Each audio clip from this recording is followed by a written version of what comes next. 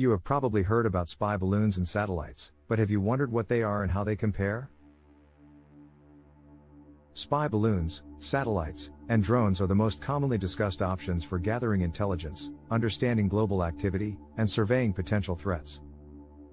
Discover the secrets of the skies, from spy balloons to satellites in this episode, where we examine the differences between these technologies, how they can be used, and their respective advantages and disadvantages. Before we continue, make sure to subscribe for more on emerging trends in information and communications technology. Spy balloons. Balloons are small airships filled with helium that can be used for various purposes, including meteorology, aerial surveillance, reconnaissance, disaster warning, environmental research, provision of wireless services, and migrant detection. The height at which balloons usually operate is 80,000 to 120,000 feet, which is higher than the height at which civilian airplanes fly at 40,000 feet and fighter jets fly at 65,000 feet. The balloons are not usually visible with the naked eye and can work as eyes in the sky. They can provide more detailed and extensive view of the area below compared to low Earth orbiting satellites with orbital heights more than 500 kilometers. Among other advantages are their relative low cost, and their ability to be deployed quickly and easily. However, their major disadvantages are their limited range and lifetime as well as their limited capabilities. Military balloons were first used in 1794 during the French Revolutionary Wars to gather intelligence on enemy movements.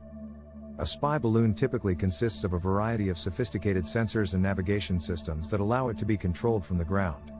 It is possible to program the balloons to rise and fall in order to maintain a desired altitude range and to remain in the desired vicinity. Additionally, the balloon's speed and direction can be controlled by adjusting its altitude, which allows it to maintain its position and course. The altitude of the balloon as well as its direction can be controlled over time in order to prevent it from being drifted away.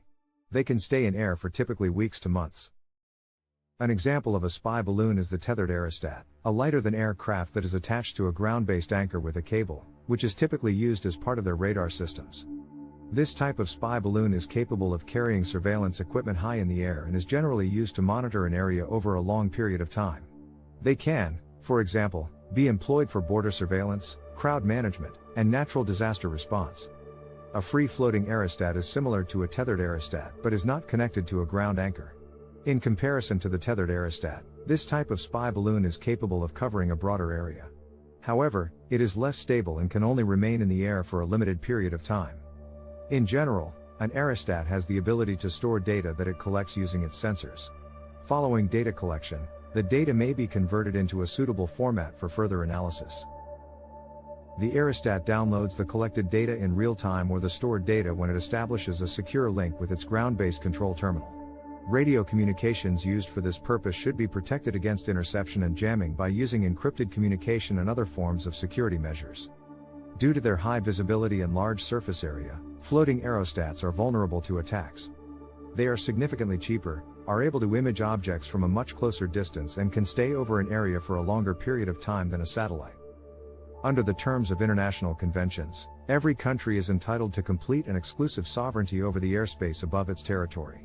As a result, each country is responsible for controlling all access to its airspace, which includes both commercial and government aircraft. In addition to its land territory, every nation has complete sovereignty and control over its territorial waters. UAVs. Drones, also known as unmanned aerial vehicles, can also be used for airborne surveillance. They can fly autonomously and are used for reconnaissance and intelligence gathering purposes. Additionally, UAVs can cover large distances quickly and are often used for surveillance missions. International law does not specifically address the use of drones. Countries have their own regulations and the most commonly allowed maximum height for drones is 300 to 400 feet. Satellites.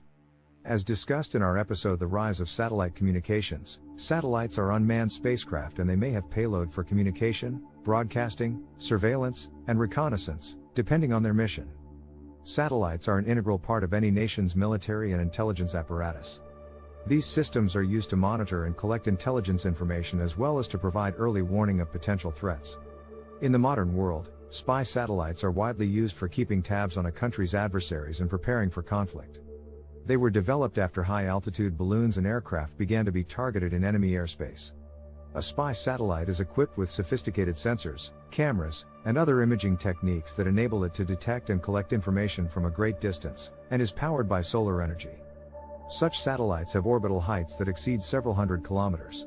Therefore, they cannot watch the Earth as close as spy balloons, and are more expensive. However, they have much longer lifetimes. As the orbital height of satellites decreases, resolution capability of the payload improves, albeit at the cost of narrower coverage areas.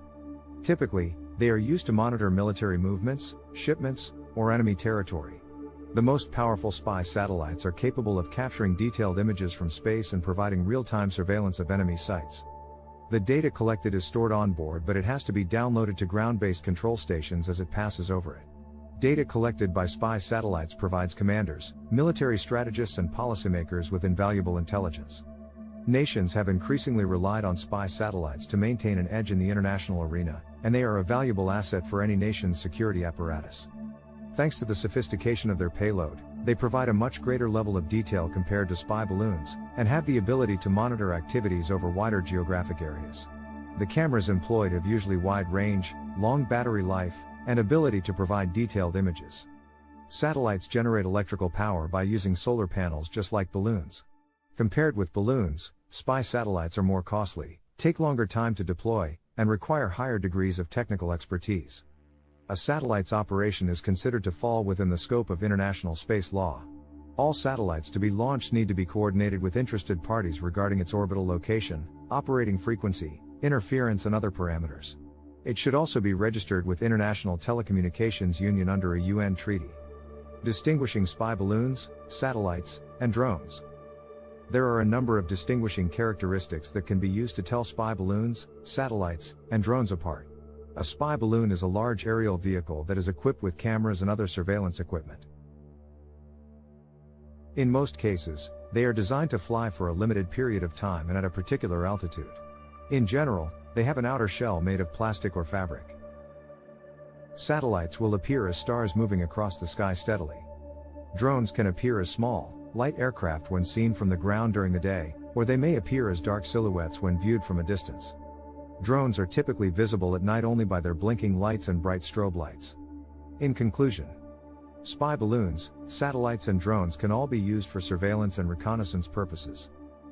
The cheapest method of surveillance is through the use of drones and spy balloons. They can provide more detailed and extensive view of the area below compared to satellites. Satellites are significantly more expensive and difficult to operate, but they have longer lifetime, provide a wider geographical coverage and are capable of capturing high-resolution images.